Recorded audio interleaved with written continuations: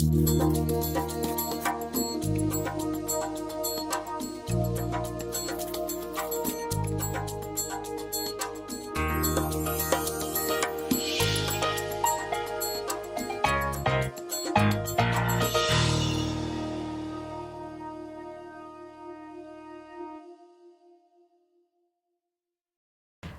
and welcome to another episode of Despite the Challenges, a show where we showcase people who, despite their own challenges, have overcome their impediments. Not only they have turned around their own lives, but they amaze us all. They inspire us. Today, my guest is 11-year-old young man, Sparsh Shah, along with his parents here at the studio. Sparsh, who was born with a rare and incurable bone disorder called Osteogenesis Imperfecta, and most commonly known as Brittle Bone Disorder. Sparsh to date has about 100 plus fractures, and he has some implants in his hands and feet to stabilize him. He was told that no matter what happens to him, his voice would always be intact, and this young, high-spirited, sweet child has used the gifted voice, and he is amazing. He amazes us all. I want to hear more directly from Sparsh. Sparsh, welcome to the show. Thank you very much, Ms. Chopra. And Hiren, Hi. Mom, Thank you. Jagisha, Thank you, Ms. Mithu. you must be so proud of him. Yes, we are. Absolutely. I mean, this is an honor for us to be here on the show. We definitely feel, very glad that you gave us this opportunity to, have Sparsh with us, with you, and tell people our story. Sparsh, you are star of the show today. Tell us a little bit about you. So, my name is Sparsh Shah. I'm 11 years old, and as Ms. Chopra said, I was born with a rare bone disease called Osteogenesis Imperfecta. And in my type 8, is so severe that it even prevents me from bearing weight on my legs and hands, which means I can't stand and run like normal kids. So I mean, many people with my disease have many fractures in their life, and I, for one, have suffered more than 130 alone. 35 when I was born. So, but even then, even with these challenges that I face, I still like to stay positive and be happy all the time. I can see you're so happy kid, huh? As I say, it's how I roll. That's how you roll. Good spirit. And Sparsh, you are in school. Yes. You're sixth grader. You love school? Yeah, it's great. I'm a sixth grader at IMS Middle School, Island Middle School, and yeah, it's really good. I've been enrolled into honors math and reading, and I really like the classes. And I honestly think science and reading are my favorite classes. Science and Reading, yeah. what do you like to read about? Well, that depends. I mean, I have my favorite books would probably be like fantasy, adventure, action fantasy. Like, for example, I'm into this series called Spirit Animals, which is about these group of 11-year-old kids, just like in my age, that from another planet, just like Earth, that have summoned magical legendary spirit animals to be their partners, and they have to save the world from an evil force called the Conquerors. Oh, It's really awesome. it is awesome. Yeah, I'm waiting to read the 4th book. You're reading for the 4th book. Okay. Let's hear a little bit from Mom and Dad. What was the time when you found out about his condition at the time of birth? So when I was pregnant, I think this rare condition doesn't deform well. The baby is very young, and as they grow, you start see the deformity. So we couldn't find out when I was pregnant. When he was born with multiple fractures. That's where doctor kind of guessed it that it could be osteogenesis. So immediately they transfer him to NICU for the cure because he had a lot of fractures and breathing problems. So that's where we found out that he had this special condition. I see. So handling him needed special care Yeah. from the very start. Yeah, he was there in a NICU for 3 months, and then we moved him when he was a little stable. We moved him to rehabilitation center, Children's Specialist Hospital. Children's Specialized Hospital, and they took care took care of him, and they then decided if he was ready. He was cured with his fractures, and he moved into home with us. How old was he when He was got 6 him months home? old. 6 months So old. right from his birth till First 6 for months. 6 months he was in hospitals, Yeah. I see. 2 different hospitals, and as he said, he had about 35 plus fractures when he was born. Yes. So the condition was such that they had to put all the 5 diapers below him and just take one out of it. So he couldn't even move. It was that Wow. I see. critical at that point. We didn't even know if he would come back home. It was that challenging for us. It basically was our turning point in our life. I'm sure. And having the first child, where a lot of anticipation, what Yes. you want to do as young parents, and all that, and then going through it is difficult, emotionally pretty difficult as well. And having the other challenges, how to handle when the child comes home, and I'm sure that must have been quite a bit task at hand. Yeah, it was challenging, definitely, because I think we came here in U.S., both of us came here in U.S. for work, and then we didn't have immediate family here. They were all back in India. So it was new to us, shocking news, turning point in our life, and thank God to the system here that, took care of some of the challenges, initial challenges, the burden that parent would face. It was definitely it was mentally and emotionally challenging, I would say. I'm sure. Visiting him every day, finding time, trying to find out how we're going to survive this challenge. And we had no clue in the beginning. As we kind of started working with different hospitals, doctors, we kind of got that information and also got kind of experience with training with him, like, how to change him, handle him every day. She wasn't afraid of anything or anyone. Later, Jane and Snoop were moving oxen from one place to another. When Jane drove her oxen, the other driver stood in awe of her. Folks say she could knock a fly off an oxen's ear with a whiplash 16 feet long. No one's quite sure how Martha Jane became known as Calamity Jane. Most folks think it was because she was a reckless and married horseback rider and one of the best shots in the West. Jane loved adventure and had a generous heart. Calamity Jane embodies the adventures. I'm 9 years old, and I am going to perform a rap song, which is first written and performed by B. Shap. I am one of his greatest fans, by the way, ever since I heard this song. So now I'm going to perform it. Action. I'm a luncheon, I'm a crashing. Let's hit the pigs till they all go pop with the best birds. We're angry. If you take our eggs, we're never gonna stop. Every female level, we will get their stars and set you straight. Maybe find a golden egg and wheel until the next day. Speak those pigs to win a helmet. All ass using tricks. Fake mistakes and green sin. It don't matter cause I know I'm gonna win. Lips on my side, they're pretty flat. Watch them in the air, the big stand high. Suddenly fade to her eggs, that's a spot. And besides, they got my fingernails again. Touch the screen, the birds are angry. Me and gonna stop and fix this Halloween. The old's gonna switch to a different thing. The different is making up the greatest team. Got that slingshot, bullet back.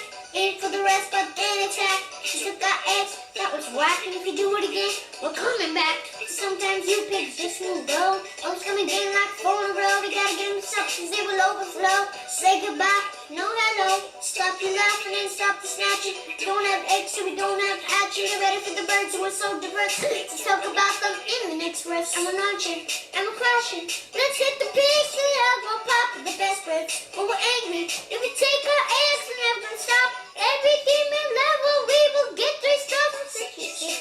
Maybe find it.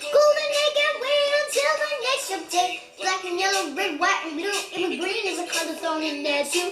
A little behind when I just go through all the words and the birds that are gonna. And now, kids, the song you've all been waiting for. On the count of three, say it. 1, 2, 3. Let it go! All right. Oh yeah. Also, if you want to sing, you can sing with me. Go! Ready? The snow glows white on the mountains tonight, and I've forbidden to be singing. Kingdom of isolation, and it looks like I'm the king. There's howling like this swirling storm inside. Couldn't keep me. Heaven knows I tried. I mean, don't let them see. Be the good boy you always have to be. Still don't need to let them know. Well, now they know. Come on, sing it, kids. Let it go. Let it go. Can't hold it back anymore. Let it go. Let it go. Turn away and stand apart. I don't care what they're going to say. Let the storm rage on. It will never bother me anyway. Come on, everybody, clap to the beat. It's funny how some distance makes everything seem small. The fears of one's control, they can't get to me at all. It's time to see what I can do. It's just the limits and break through. But no one knows to me. I'm free. Let it go. Let it go. I'm against God. Let it go. Let it go. You'll never see me cry. Here I stand, and here I stay. Let the storm rage on.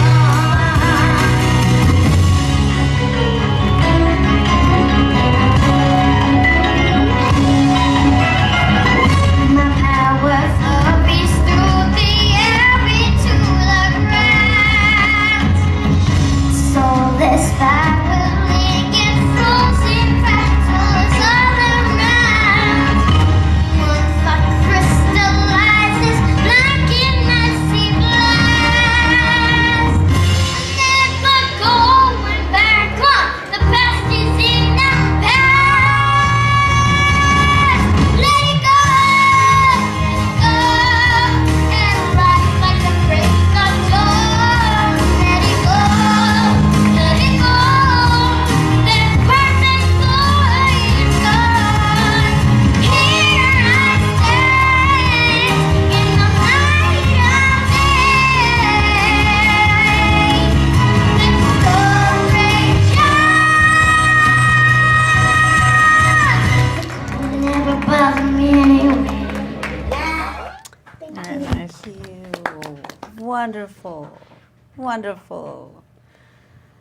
You such have a gifted voice, Sparsh. Thank you. You're such an inspiration. Thank you. And you have been now enrolled in vocal music, American, Yeah. Western classic, and Indian classic. Do you like to sing Indian classic as well? Well,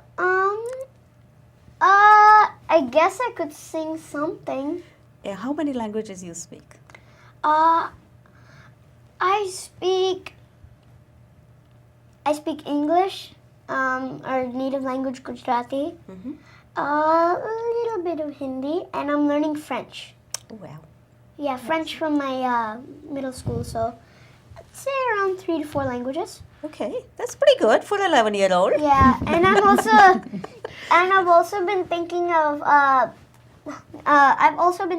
doing since of course my favorite song would be "Let It Go" from Frozen, and since since there, I checked this multi-language, the multi-language version on YouTube. It didn't have any Indian language in it, which I was surprised because Indian languages are the second most popular languages in the world. They even outnumber English. The amount of people that speak Indian languages outnumber the amount of people that speak English in the world. So I was thinking that, I mean, He would create. for my grandparents and my family in India to you know, so I'm thinking of maybe like trying to Sing that sing song a translation, make a translation of the song in Gujarati and you know bring it out to all the Indians. Wonderful. Yeah, I just want to Wonderful. tell you one thing. He's very creative, and Yeah. he sometime on his spare time, he think about writing a song, and he wrote one Yeah. of his own song, and he composed himself on the piano. So that again amazed us. Like, wow, you can write. And it was a love song. Can you sing a line or two? Can you sing a line or two? Sure. Go ahead. What is that song called? This love will never fade. Okay.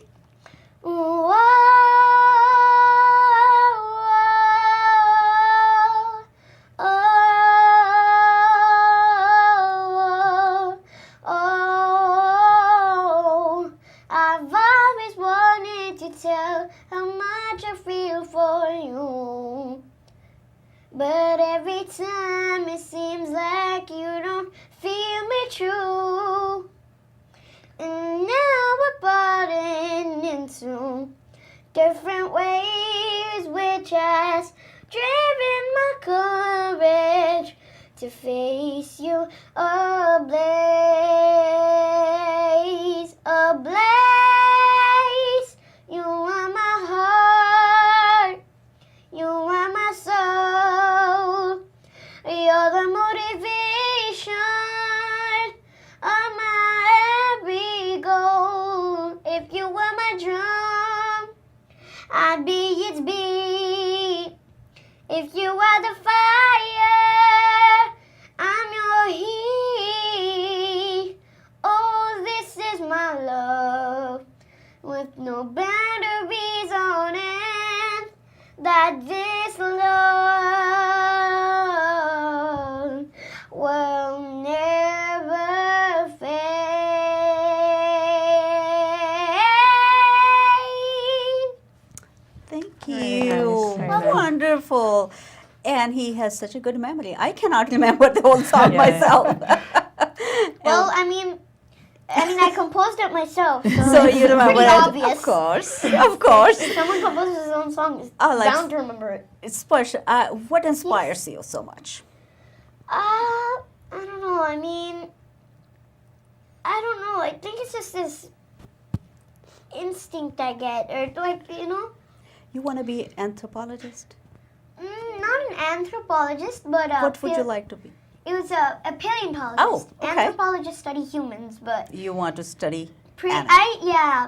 I've ever since I was 2 or 3 years old, I've been very obsessed with prehistoric animals and dinosaurs. Mhm. And ever since then, I've always wanted to become a paleontologist. If someone came up to me and said, Sparsh, what would you like to be when I grow up? When you grow up, first thing I would say is, I want to be a paleontologist. And then they would be like, what is a paleontologist? I'm like, a paleontologist is someone who studies dinosaurs and other prehistoric animals. And they're like, wow.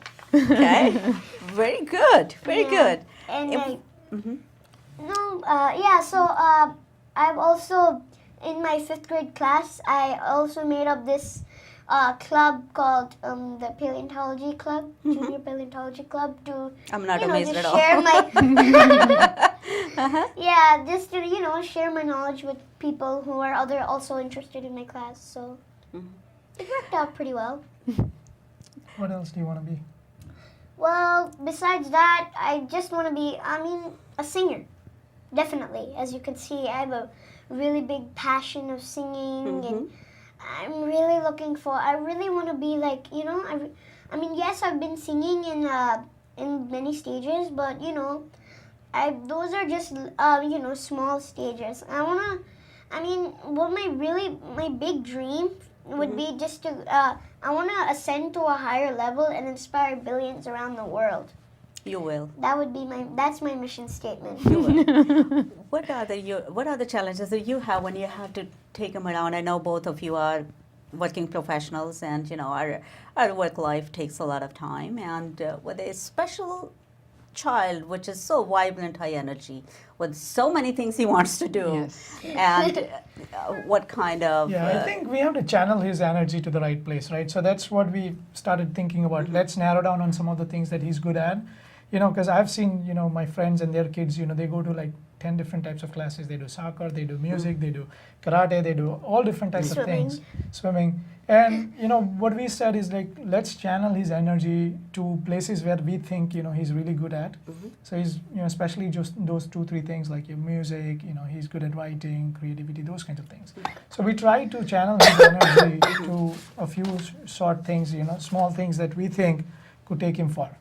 I think in terms of challenges, we do face in and out challenges. If there are certain classes who are on the first floor, they don't have elevators, we could not take him there.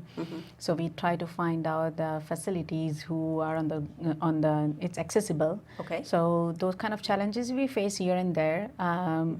But that doesn't break our spirit. I think his spirit, he just continues learning. He's kind of a person who just doesn't sit idle. It's like he is just keep moving and learning and ask a lot of questions. He never stop. And I think I like about one thing about that. That also actually teaches us. We should keep constantly running and moving and not stop and then not think about or stuck on something. Of course, it's a lot of inspiration for a whole lot of us who Yes. don't have the challenges that he has. But Yes. it's the whole learning experience, and his energy and spirit and motivation is so contagious and inspiring. And I'm sure that he will be a well-known singer, inspiring billions of people like he You hope. dreams to, and do everything that he wants to, Yes. right? Sparsh, I would like you to come back to the show once you have your stage performances, and then we want to hear a little bit more about your music talent. Maybe this next time some classical vocals. All right, I'll do Right. it. Yeah, I could do that. All right. Do. So I really thank you for taking time from Thank your you. day and sharing your story and bringing Sparsh here to the studio. Thank you. And for our viewers, I believe that the biggest disability is the disbelief, insensitivity, and being unconscious to our impediments. Thank you for being with us. Until next time, I'm host Ritu Chopra. See you next time.